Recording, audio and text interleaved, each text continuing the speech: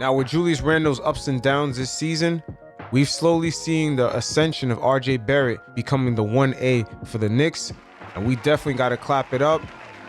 Man, that contract year, boy, these players, man, they be playing themselves up. Get that money, boy. Because I know RJ Barrett, man, he was looking back at that month of November where he was just playing horrible, man. He was averaging like under 10 points. It was really bad. And he was like, damn, I got to re-up my contract before the start of next season. It's about time I take over this shit.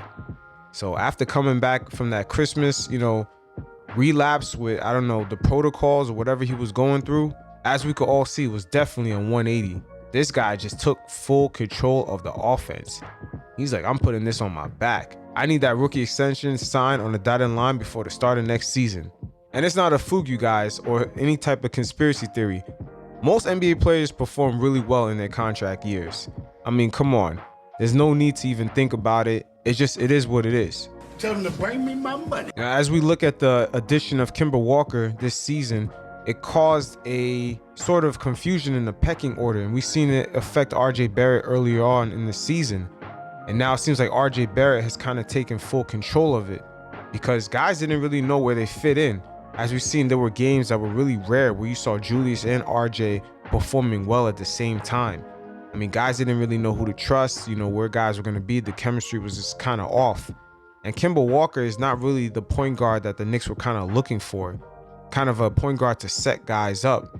For what he does well, that's not what we really need. And that's pretty much three-point shooting is what Kemba Walker is really good at the current moment. I mean, just looking at my man's first 27 games, only 3 times he's gone over 5 assists. So that tells you a lot right there.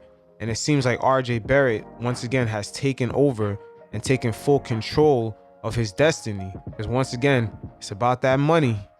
Tell them to bring me my money. Because with a lot of the inconsistencies he had, especially early on, I mean, the first week of the season, he was cold, then he was hot, and then he went cold for the whole month of November. I mean, just once again, the insertion of Kemba Walker created a confusion in that pecking order. And for some reason, with Kemba in the starting lineup, Evan gets better looking shots. That's another thing that was off, but it is what it is. But Evan, even being inserted into that lineup also, he eats up shots away from RJ and Randle. Once again, RJ, just after he came off of protocols post-Christmas, he's just taken over, man. And we're seeing him utilize that mid-range game a lot more, going into the paint, attacking the hoop, finishing well with his right hand and left. And you can tell he's paying attention to the critics because he's finishing with his weak hand a lot better now. And just one thing we can't really underestimate and we got to look at is the rise of Ja Morant. And that's definitely had an effect on RJ because that's part of his draft class. RJ initially was projected to be better than a lot of players in his draft class. He was overall the consensus, I believe, going into college as one of the best players, way over Ja, way over even Zion, I believe. But just seeing the rise of Ja Morant and some of the acclaim he's getting, that's got to be motivational for RJ to step up his game and kind of become that 1A for the Knicks. And it's a beautiful thing to see. And once again, we got to just give it up for RJ, man. We definitely do. And that's what makes him a beautiful Knick because he's kind of had a chip on his shoulder. He got overlooked for all rookie teams.